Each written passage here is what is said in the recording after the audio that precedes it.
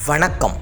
Napoleon hill எழுதிய think and grow rich என்ற நூலின் தமிழ் வடிவம் சிந்தனையை ஒருமுகப்படுத்தி செல்வத்தை குவியுங்கள் என்ற நூலை வாசிப்பதற்கான வாய்ப்பு கிடைத்தது. அதிலே அவர் எவ்வாறு ஆசைகளை நிறைவேற்றி கொள்ள முடியும் என்பதை உண்மை நிகழ்வு ஒன்றினூடாக குறிப்பிடுகின்றார். வாருங்கள், இது பி பாசிட்டிவ் தமிழ்.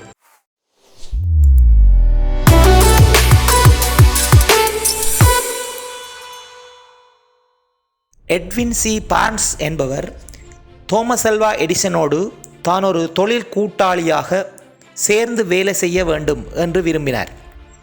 இந்த ஆசை அவருடைய ஆழ் மனதில் கொழுந்து விட்டு எரிகின்ற ஆசையாக இருந்தது. ஆனால் அது நிறைவேறுவதற்கு எந்த ஒரு வாய்ப்புமே அவருக்கு இருக்கவில்லை. ஏனென்று சொன்னால் தோமஸ் ஆல்வா எடிசனுக்கு எட்வினை தெரியாது. அதைவிட தோமஸ் ஆல்வா எடிசனுடைய ஆய்வுக்கூடம் அமைந்திருந்த நியூ ஜேர்சி மாநிலத்தின் ஆரஞ்ச் நகரத்திற்கு எட்வினால் செல்வதற்கு எந்த பணவசதியும் இருக்கவில்லை. அதனால் எட்வின் எடிசனுடைய ஆய்வுக்கூடத்துக்கு செல்வதற்கும் வசதியில்லை. அத்தோடு எடிசனை அவருக்கு தெரிந்திருக்கவும் வாய்ப்பு இல்லை. ஆனபோதும் எட்வினின் ஆழ் மனதில் அந்த ஆசை கொழுந்து விட்டெறிகின்ற ஆசையாக இருந்து கொண்டே இருந்தது. இவ்வாறு இருக்கின்ற போது அவருடைய வீட்டின் முன்னால் கால்நடைகளை ஏற்றிச் செல்கின்ற வண்டி ஒன்று சென்று வருவதை எட்வின் அவதானித்தார். அந்த சரக்கு வண்டி எடிசனுடைய ஊருக்கு அருகால் சென்று வந்ததை அறிந்தார். மறுநாள் அதே கால்நடைகளை ஏற்றிச் செல்கின்ற வண்டியில் ஏறி எட்வின் எடிசனுடைய ஆரஞ்சு நகரை சென்றடைந்தார். எடிசனை நேரடியாக சந்திக்க முடியாத நிலையில் அங்கு நின்றவர்களிடம் தன் விருப்பத்தை கூறினார். நான் எடிசனோடு கூட்டாக இணைந்து வியாபாரம் செய்ய போகின்றேன். அவருக்கு கீழே நான் வேலை செய்ய விரும்பவில்லை, அவரோடு சேர்ந்து வேலை செய்ய விரும்புகின்றேன் என்று கூறினார். அவர்கள் உள்ளே சென்று எடிசனிடம் நிலைமையை கூறினார்கள். அப்போது அங்கே வந்த எடிசன் எட்வினின் தோற்றத்தை பார்த்தார். என் முன்னால் ஒரு பரதேசியைப் போல வந்து நிற்கின்றானே என்று எடிசனுடைய ஆழ்மனம் கூறியது. ஆனபோதும் எட்வினின் வார்த்தைகள் மிகவும் தெளிவாக வெளிவந்ததை கண்ட எடிசன் அவரை விரட்டிவிட விரும்பாமல் அந்த ஆய்வுக்கூடத்தில் மிகவும் குறைந்த கீழான வேலையொன்றில் அவரை பணித்தார். எட்வின் மிக்க மகிழ்ச்சியோடு அந்த வேலையை ஏற்று அங்கு செய்ய தொடங்கினார்.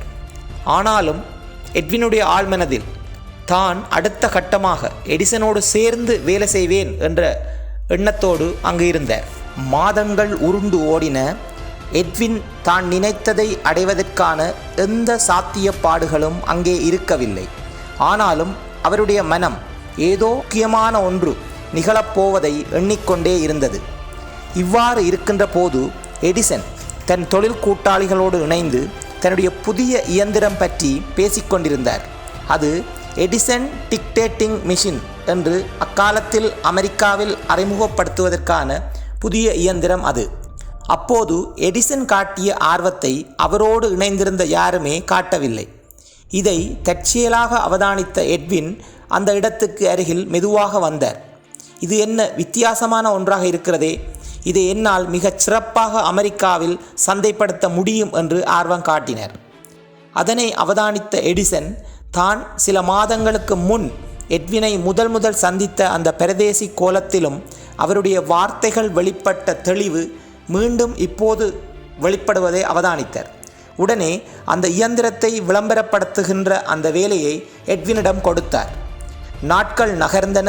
அமெரிக்கா முழுவதும் அந்த புதிய இயந்திரம் மிகுந்த செல்வாக்கை பெற்றது. அன்றிலிருந்து எடிசனோடு நேரடியான தொழில் கூட்டாளியாக எட்வின் மாறினார். இக்கதையை நன்றாக பாருங்கள். எட்வினுடைய ஆழ்மனதில் ஒளிந்திருந்த அந்த கொழுந்து விட்டெறிகின்ற ஆசை தான் எப்படியாவது எடிசனோடு சேர்ந்து தொழில் கூட்டாளியாக வேண்டும் என்பது. அது எடிசனால் கண்டுபிடிக்கப்பட்ட புதிய டிக்டேட்டிங் மிஷின் அங்கு ஏற்கனவே அவரோடு இருந்தவர்கள் ஆர்வம் காட்டாத நிலையில் அந்த சந்தர்ப்பத்தில் தற்செயலாக அருகில் வந்த எட்வினால் நடந்து முடிந்தது. எனவே உங்கள் மனதில் ஆழ்மனதில் ஒரு ஆசை கொழுந்து விட்டு எரிந்து கொண்டிருந்தால் அதற்கான பல்வேறு வாய்ப்புகளும் சந்தர்ப்பங்களும் உங்களை நோக்கி வந்து கொண்டே இருக்கும். எனவே நீங்கள் ஒரு சிறந்த கனவுகளோடு அதை உங்கள் ஆழ்மனதில் வைத்திருக்கின்ற போது அது கொழுந்து விட்டெறிகின்ற ஆசையாக மாறி உங்கள் முன்னால் அதற்கான பல்வேறு கதவுகளை திறந்துவிடும். எனவே எப்போதும் நேர் மனப்பாங்கோடு இருங்கள். Be positive. தேங்க்யூ.